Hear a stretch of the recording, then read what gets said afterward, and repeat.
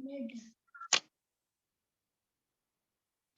الله الرحمن الرحيم الحمد لله رب العالمين وصلى الله وسلم وبارك على نبينا محمد وعلى آله وصحبه أجمعين أما بعد ہم لوگ عمدۃ الاحکام للامام المقدسی اس کتاب کو پڑھ رہے ہیں، اور اس کتاب میں ہم لوگ کتاب القضاء پڑھ رہے ہیں۔ کچھ حدیثیں اس باب میں ہم لوگوں نے پڑھ لی، آج پڑھنے جا رہے ہیں۔ اس کا نمبر ہے ہمارے نسخے میں 369 369، اور بعض پی ڈی ایف کے نسخوں میں ہے 458۔ حضرت ام سلمہ رضی اللہ عنہا کی حدیث ہے۔ یہ شیخ شروع کریں۔ نحمده ونصلي على رسوله الكريم، أما بعد، وعن أم سلمة رضي الله عنها أن رسول الله صلى الله عليه وسلم سمع جلبة خصم بباب حجرته فخرج إليهم أنما أنا بشر منكم وإن يأتيني الخصم فلعل بعضكم أن يكون أبلغ من بعض فأحسب أنه صادق فأقضي له، فمن قضيت له بحق مسعة من النار فليحملها أو يذرها. وعن جابر بن عبد الرحمن أو يذرها. وعن جابر بن عبد الرحمن بن أبي بكرة رضي الله عنه قال: كتب أبي وكتبت له إلى ابنه عبيد الله بن أبي بكر وهو قاض بسجستان: لا تحكم بين اثنين وأنت غضبان، فإني سمعت رسول الله صلى الله عليه وسلم يقول: لا يحكم أحد بين اثنين وهو غضبان. وفي رواية لا يقضين لا يحكم أحد بين اثنين وهو غضبان. وفي رواية لا يقضين حكم بين اثنين وهو غضبان. وعن أبي بكر رضي الله عنه قال: قال رسول الله صلى الله عليه وسلم: ألا أنبئكم بأكبر الكبائر ثلاثة؟ قلنا: بلى يا رسول الله. قال: الإشراك بالله وعقوق الوالدين. وكان متكئا فجلس فقال: ألا وقول الزور وشهادة الزور. فما زال يكررها حتى قلنا ليته سكت. وعن ابن عباس رضي الله عنهما أن النبي صلى الله عليه وسلم قال: لو يعطى الناس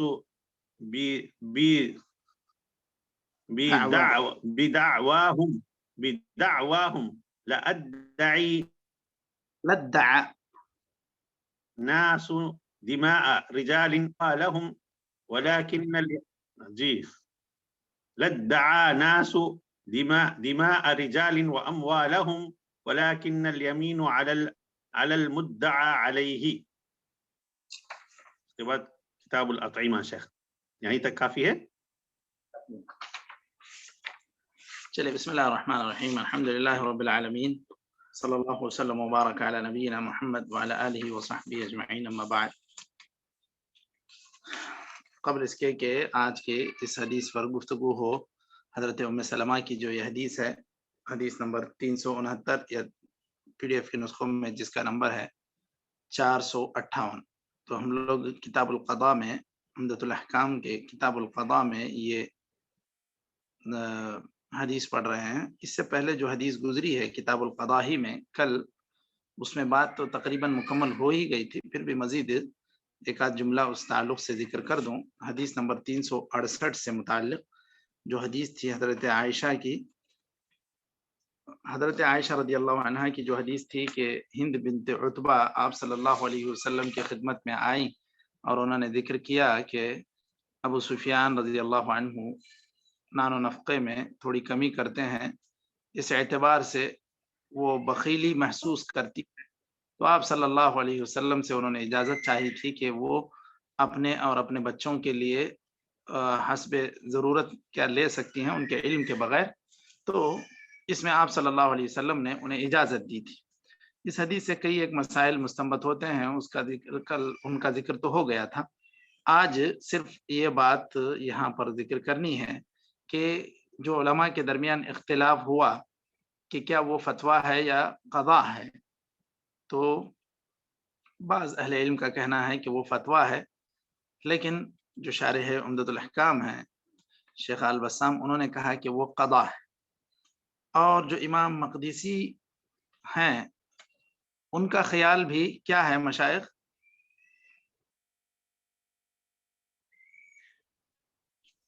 جی آپ جیسے سوال کر رہے ہیں تو ان کا خیال بھی فتویٰ ہی لگتا ہے شیخ۔ قضا نہیں، ہاں شیخ عبداللہ صحیح بول رہے ہیں کہ ان کا خیال قضا ہے۔ سمجھ رہے ہیں مشائخ بات؟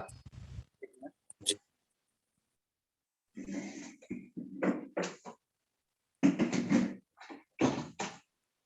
جی کیسے پتا چلا کہ وہ قضا ہے؟ شیخ عبداللہ وضاحت کریں گے؟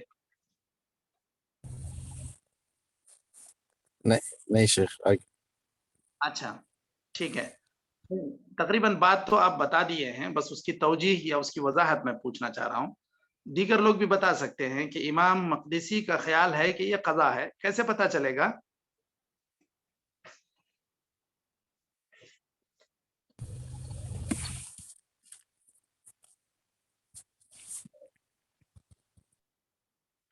جی مشائخ کوئی کچھ بولیں گے؟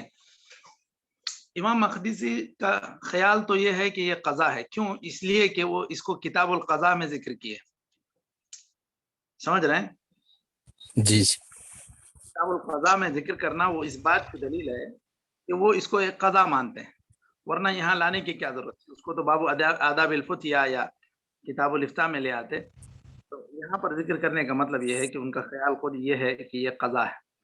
اب ٹھیک ہے، اس اختلاف کی بنیاد پر بہت ہی اہم مسئلہ مستنبط ہو سکتا ہے، وہ یہ کہ اب لوگوں کے خرچ کرنے کا معیار بھی جدا جدا ہے۔ اب خواتین جس حساب سے غیر ضروری اخراجات میں پیسہ لٹاتی ہیں، تو اس اعتبار سے اگر ایک شوہر اس کو حساب سے ایک ضروری اخراجات کے مطابق یا ضروری اس کے کھانے پینے کی چیزیں، اس کے بچوں کی چیزیں لا کر دیتا ہے، پھر اس کے بعد بھی عورتوں کی کچھ غیر ضروری اخراجات ہوتے ہیں، اب اس کے لیے اگر وہ نہیں دیتا ہے تو کیا عورت یہ کہہ کر کہ میرا شوہر بخیل ہے، میں اس کے جیب سے بغیر علم کے نکال لوں گی؟ کیونکہ نبی صلی اللہ علیہ وسلم کا فتویٰ ہے، نبی صلی اللہ علیہ وسلم نے حضرت سفیان رضی اللہ عنہ، حضرت ابو سفیان رضی اللہ عنہ کی بیوی کو اس بات کی اجازت دی تھی۔ تو کیا اس طرح کا عمل کوئی خاتون اگر کرتی ہے تو کیا وہ درست ہوگا؟ نہیں شیخ بالکل نہیں، جی وہ اس تو طرح ان کی ضروریات پوری کر رہے ہیں۔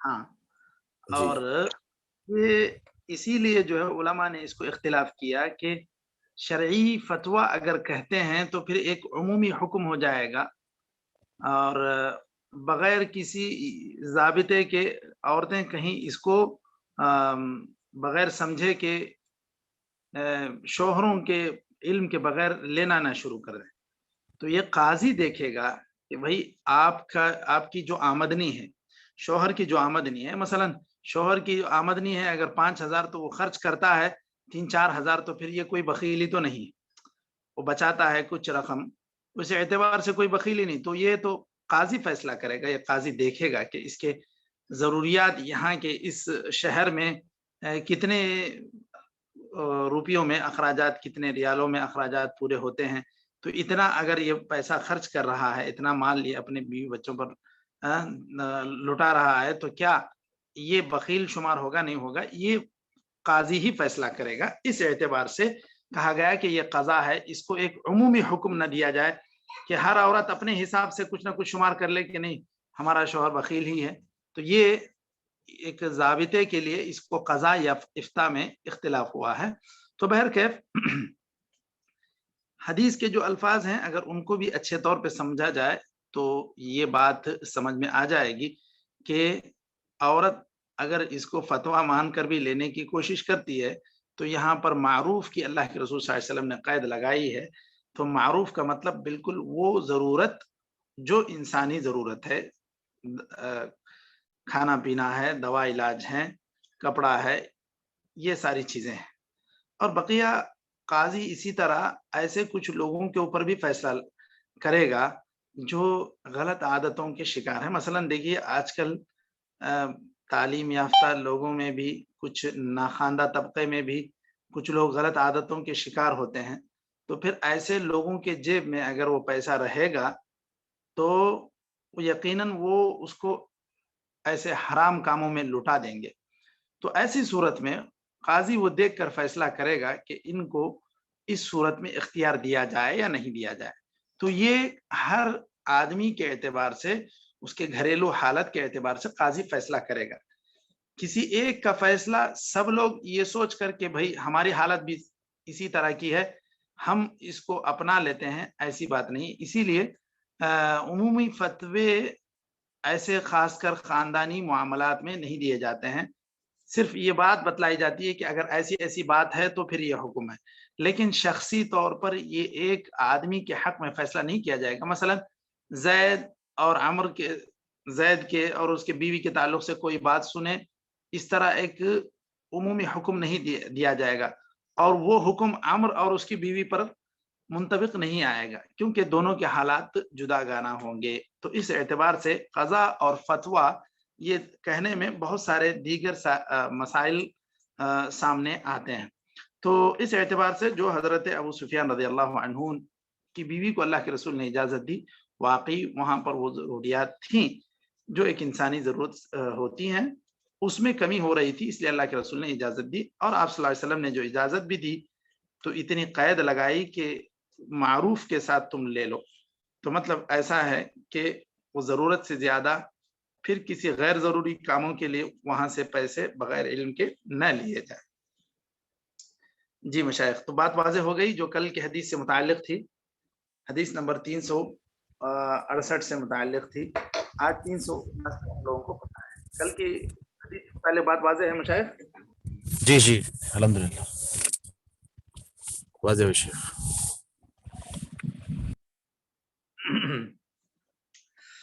آج دیکھیے حضرت ام سلمہ رضی اللہ عنہا کی حدیث ہم لوگ پڑھ رہے ہیں. 369 حدیث ہے، حدیث کا نمبر ہے.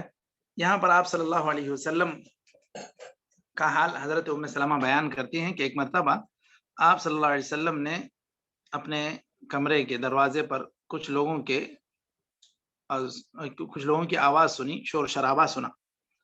جلوہ کہتے ہیں اختلاط الاصوات، ایک آدمی کچھ بول رہا ہے، دوسرا کچھ بول رہا ہے، تیسرا کچھ بول رہا ہے، تو اس طرح جو شور شرابہ ہوتا ہے اس کو کہتے ہیں جلبہ.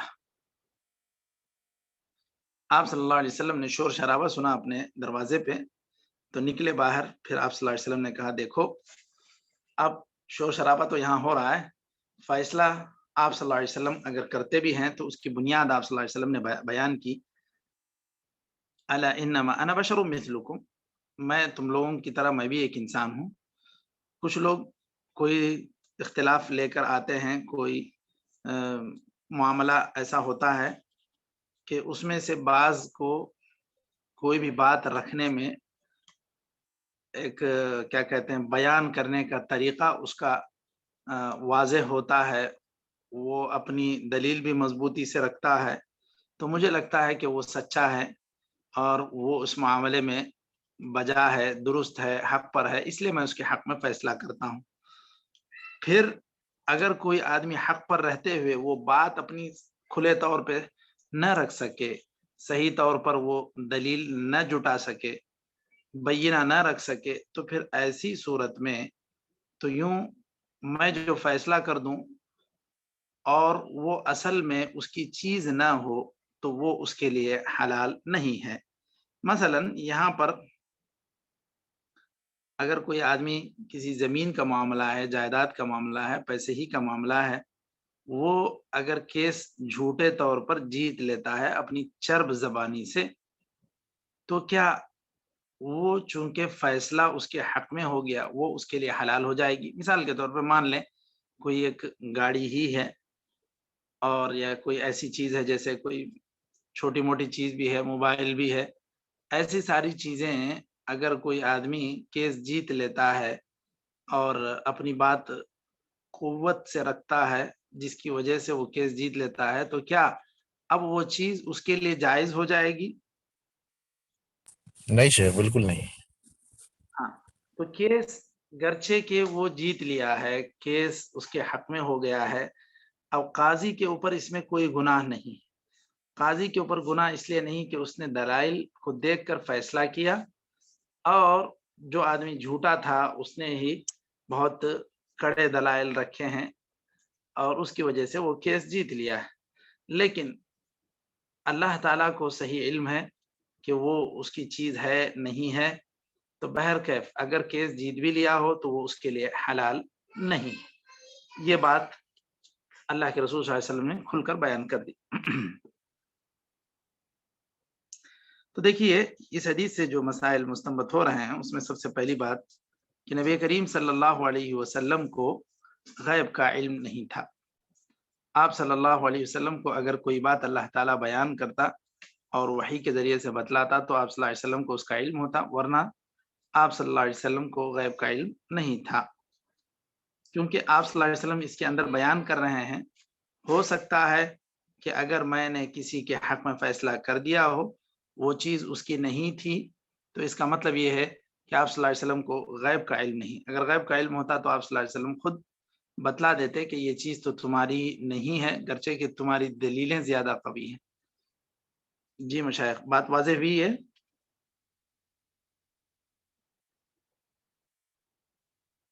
جی شیخ.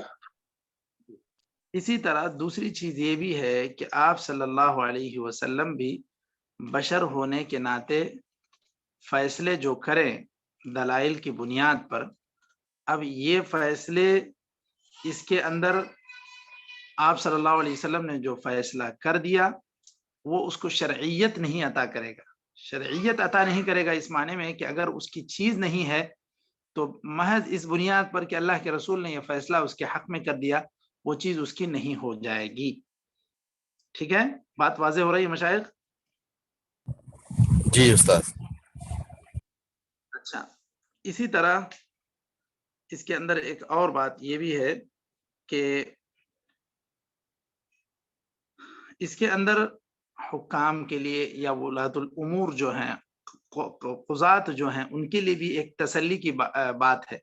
تسلی کی بات یہ ہے کہ وہ لوگ دلیلوں کی بنیاد پر فیصلہ کریں گے. اگر دلیلوں کی بنیاد پر ان کا فیصلہ اگر غلط بھی ہوا تو پھر ایسی صورت میں وہ گنہگار نہیں ہوں گے، کیونکہ انہوں نے دلیلوں کی بنیاد پر فیصلہ کیا. یہی ہے کہ آپ صلی اللہ علیہ وسلم نے جو کہا اذا اجتہد الحاکم فاصاب فلہ اجران وان اخطأ فلہ اجر، کہ اگر فیصلہ کرنے والا یا قاضی یا حاکم جو بھی فیصلہ کرے، اگر وہ سب دلیلوں کو رکھ کر اجتہاد سے فیصلہ کرتا ہے، حق یعنی حق کا فیصلہ کرتا ہے اور اس میں وہ حق کا فیصلہ کر دے اور حق اسی میں تھا جو اس نے فیصلہ کیا، تو پھر ایسی صورت میں اس کو دوہرا اجر ہے. اگر اس نے غلطی کی تو اس کو ایک اجر ضرور ملے گا، کیونکہ اس نے کوشش تو کی کم سے کم. اچھا، اس کے برخلاف اگر دلائل کے رہتے ہوئے کسی اور وجہ سے، نفسانی خواہش کی وجہ سے یا رشوت کی وجہ سے اگر کوئی فیصلہ غلط کرتا ہے تو پھر وہ جہنم میں جائے گا. اس کے بعد یہاں جو آپ صلی اللہ علیہ وسلم نے کہا فَلْيَحْمِلْهَا أَوْ لِيَذَرْهَا، کہ چاہے تو وہ لے لے یا چاہے تو اسے چھوڑ دے، تو کیا یہ معاملہ اختیاری ہے کہ کیا اگر آپ چاہیں تو وہ جائیداد رکھ لے سکتے ہیں یا چاہے تو چھوڑ دے سکتے ہیں؟ یہ انداز، اس سے کیا بات معلوم ہوتی ہے مشائخ؟ آپ صلی اللہ علیہ وسلم نے کہا کہ اگر میں کسی کے حق میں فیصلہ کر دیا ہوں، وہ اس کی چیز نہیں ہے، تو اب چاہے تو وہ لے لے یا چھوڑ دے، میں تو اس کے حق میں جہنم کا ایک ٹکڑا گویا کے دیا ہوں. تو یہ کیا، اس سے کیا بات معلوم ہو رہی ہے؟ یعنی جن کا حق ہے وہی لے اس چیز کو. یہ نہ انداز جی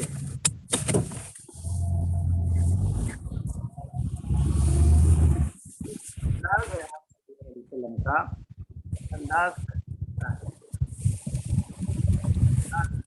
کا یعنی دھمکی بھرا انداز ہے.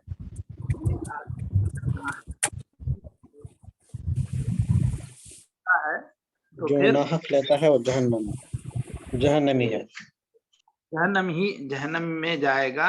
تو اب چاہے تو جہنم کا ٹکڑا لے لو یا چھوڑ دو. تو اس کا مطلب یہ اختیاری چیز نہیں ہے. یہ آپ صلی اللہ علیہ وسلم کا جملہ تہدید کا جملہ ہے. میں جہنم کا ٹکڑا دے رہا ہوں, چاہے تو لے لو چاہے تو چھوڑ دو. کا مطلب یہ کہ یہ ایک تہدید ہے, دھمکی ہے آپ صلی اللہ علیہ وسلم کی طرف سے. تو اگر واقعی اس انسان کے اندر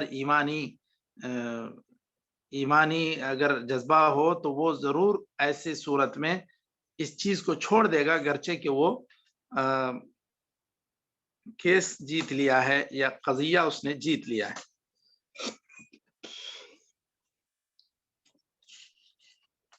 تو یہاں پر ہم لوگ آج ایک ہی حدیث مکمل کر پائے ہیں. انشاءاللہ پھر اس کے بعد